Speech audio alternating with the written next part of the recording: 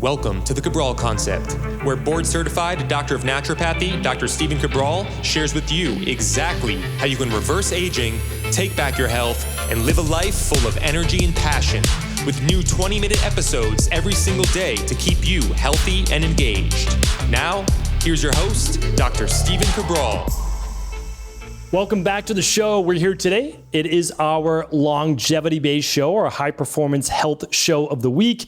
This is episode 2792. We're going to be going over if you should be eating a high-carb, lower-protein diet for longevity and an overall decrease in metabolic health, or is that actually having a negative-based effect? Because as many of you know, and I know our high-performance health group knows, that the blue zones have become more popular than ever. The notions of living past 100, we know from looking at the old school, right? The old school knowledge of this is what they did in Costa Rica, in Okinawa, and in Greece, and in Italy, and of course there are certain populations in those areas, right? In Sardinia and Icaria, Greece, etc., and even in Loma Linda, California. And so those groups we know they have 3 times the amount of centenarians than the average Western-based population. So like, what are they doing? But then on the other side, we have all the longevity-based clinicians that are in the lab saying how to improve mitochondria, how do we reduce mTOR and increase AMPK. How do we get rid of all the, or at least some of the senescent cells, the zombie cells that I've spoken about before? So we basically have 2 camps, both looking to do the same thing. What if we were to combine them? Like, that's always how I look at it. I look at everything from an integrative approach.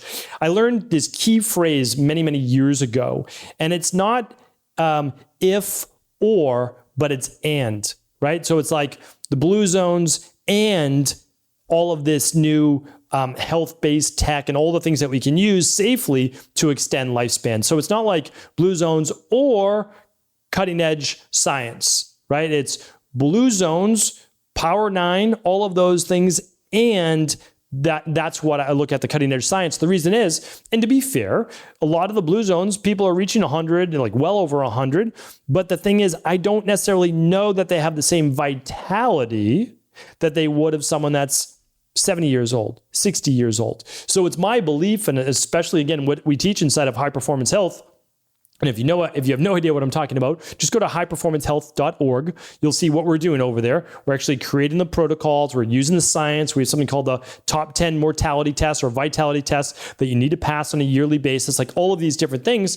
And then we know that we can use the best of the lab testing, the best of the protocols with also the ancient wisdom too. And I think that that's absolutely the way to be, so that when you get to 100, our goal inside of HPH is to make 100 the new 80, and 80 the new 60, and 60 the new 40. I believe that we've made 60 the new 40. Like, I absolutely believe that if you look at active, healthy 60-year-olds now, it might be like 40-year-olds of a generation or two before. Like, I absolutely believe that. There's no way when I look back, let's say 30 years, 40 years, that generation is active like a lot of the 40-year-olds, now, or the 60-year-olds, of course, coming.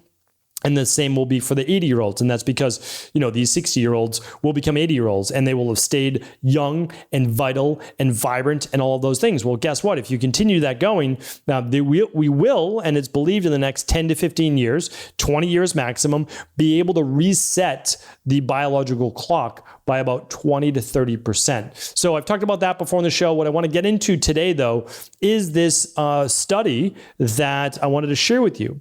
And it's called, let's go into it. It's called Low Protein, High-Carbohydrate Diet Induces AMPK-Dependent Canonical, apologies for the mispronunciation there, thermogenesis in subcutaneous adipose tissue. Now, what does this mean? Low protein, high carbohydrate. This is what a lot of the blue zones followed. Not a lot. All the blue zones followed a lower protein, higher carbohydrate. Now, it doesn't mean no protein. All of a sudden, people want to jump to that and say, oh, well, they didn't eat any protein. No, they still ate enough protein. They still ate about the general recommendation of about 0.8 grams per kilogram of body weight, right? Like, that's about what they ate. Or if you just want to make it even simpler, you basically say, what's half your body weight? and it's a little bit less than that, like in pounds. So like, oh, you weigh 160 pounds. Okay, half your body weight is 80, whereas 0.8 per kilogram would be closer to 65. And so, it is lower than that, but it was still plenty of protein. Now, again, if you're someone that's active and you're weightlifting 3 to 4 times a week, I understand the rebuttal. I get it. I'm talking about general population. The majority of the population doesn't exercise. They don't weight train. They don't do all of these things. So there are special segments of the population, and of course, you should eat a little bit more protein. I eat a little bit more protein, but I am active 5 days a week. And so there's a little bit different, and I get it, but you still don't want to go above and beyond because of what the science says right here. So now let me share that with you. And by the way, if you want the Blue Zones breakdown, it's about 65% carbohydrates, 15% protein, and that would leave about 20% for fat. Some of them go up to 25, 30% maximum fat, 10 to 15% is always the max for protein, and then anywhere from 60 to 80%, believe it or not, in terms of carbohydrates. Now, again, I'm not saying that's the right thing for you. And whenever I say this, people say, well, that you would just get type 2 diabetes. Okay, that's not what happens. It's what happens in a Western-based diet when you eat processed food with hydrogenated oils and sugar. But actual complex carbohydrates from real food are not going to cause that. But also, there's another caveat. People in Blue Zone-based diets and these longevity diets are hypocaloric. That means they're eating 10 to 20% less of the calories per day that they would need in order to meet their caloric demands. It's not like they eat nothing. On average, they eat 17 to 1800 calories a day. So it's not nothing. But when you look at that, I could go on and on about this, but I'm not going to. I'm going to keep it at this because I want to share with you the science here today. What happens is they're not dramatically low. Let's say that their caloric needs were 1900 and they're eating 1800 or 1750. So it's not dramatic. And sometimes there will be a larger meal once a week on the weekend. And I've always said that before, a refeeding meal seems to be really good for the body as well. All right, let me get to the science as to why I would even bring this up in the first place.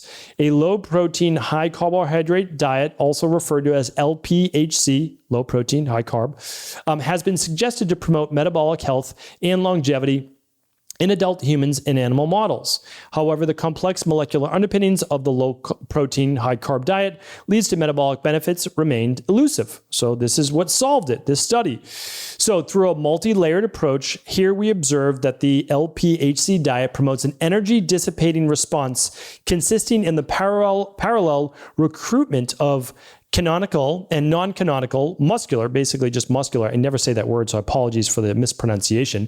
Thermogenic systems in subcutaneous white adipose tissue, also referred to as SWAT, basically subcutaneous white adipose tissue.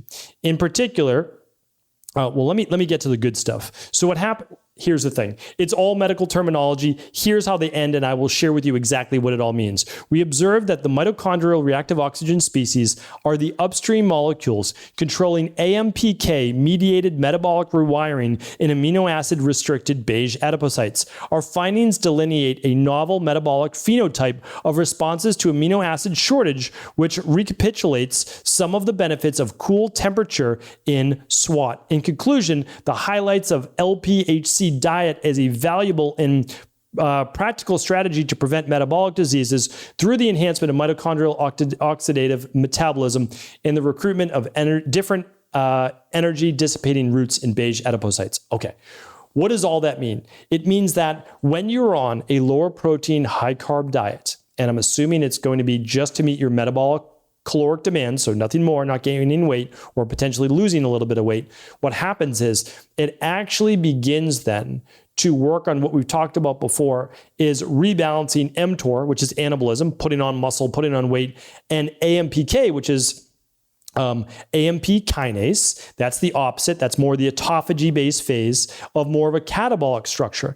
And when your body's in more of a, oh no, we don't have enough energy, we don't have enough calories, what it begins to do is clean house. That's autophagy, right? Use diseased or necrotic-based tissue, break down viruses, etc., to use that as fuel. Okay, that's one part of it. But also we're finding that, believe it or not, on the lower protein, high carb diet, since there isn't the same amino acid abundance that you would get from protein, it begins a rewiring response, and the benefits begin to actually mimic like cold water-based therapy, right? Or maybe even sauna on the other side, which is pretty amazing when you look at it. So what's happening is there's going to be a decrease in overall inflammation. There's going to be a decrease in oxidative stress. The weak mitochondria die off. The stronger mitochondria, as well as new mitochondria, get rebuilt. You have more energy, and then your overall metabolic health, which is your cardiovascular, your glucose, insulin, blood sugar, blood pressure, all get improved. If those improve, your longevity is likely to improve as well. And that is because we know that the people who live the longest typically have lower levels of mTOR, which is basically the opposite of the AMPK. They have balanced levels of epigenetic changes in the body, inflammation, oxidative stress, senescent cells, etc. So this was a pretty interesting study. I'm not now saying that you should all of a sudden go on a low protein, high carb diet, but the reason why I do these shows isn't because I want to say that there is not benefit in protein. Of course there's benefit in protein, and I recommend protein. And the more active you are, the more protein you need to eat. But what happens is, in our Western-based mindset, people fall in love with diets as if they're a religion. Again, keep your religion, but your diet's not a religion. You should keep a very open mind to what your nutrition is, and also what's beneficial at what stage in your life. So if you're an athlete or you're training really hard, you'll need a little bit more protein, but just keep in mind, the higher you keep those mTOR levels, the longer throughout the day you're not using it. If you're not doing any intermittent fasting, sure, you're going to continue to build your body up in terms of body transformation, but I would tell you this: there is not a direct correlation with what your body looks like on the outside and the length of life that you live. I would actually say that there's an inverse ratio. The more muscle you keep on your body, the more likely it is that you're not making it to 100 years old. And again, I'm not saying that everybody needs to then become super thin and frail and all of these things. I'm not saying that. What I'm saying is that there is a happy medium, right? There is somewhere in the middle where you can keep yourself in great shape, whatever shape that is for you, not go overboard on this side with a lot of the anabolic hormones that are being promoted right now, a lot of the insulin inducers to be able to increase protein synthesis, etc. And then there's the other side. And I know that it's very tempting in your 20s and 30s and maybe even 40s. And now we're using, again, much more hormone replacement people are doing now into their 50s, 60s and beyond. But just keep in mind, understand, what are you optimizing for? That's something we ask inside of High Performance Health all the time. If you are optimizing for body transformation, I completely get it. And a higher protein diet and a lower carb protein diet, a lower carb diet will get you there. And so will using testosterone replacement therapy or anabolic hormones or whatever it might be. But the greater those increase, the more there is, the more mTOR there is. I'm telling you right now, there are no studies that say, oh, these very large or very anabolic individuals that have swung too far anabolic and not enough balance of catabolism, they're going to live a long, healthy life. So I just don't want you to have any regrets. And if you can say, listen, I'm good if I live a strong 65 to 75 years with, feeling amazing, taking all these different things, then great. I mean, I'm here to support people. That's the bottom line. I tell all of my private wellness clients this, however I can support you, I'm going to support you. I work with lots of men and some women on all sorts of different hormones. That's their choice. I don't prescribe those, but I'm here to help them with all the other aspects and make sure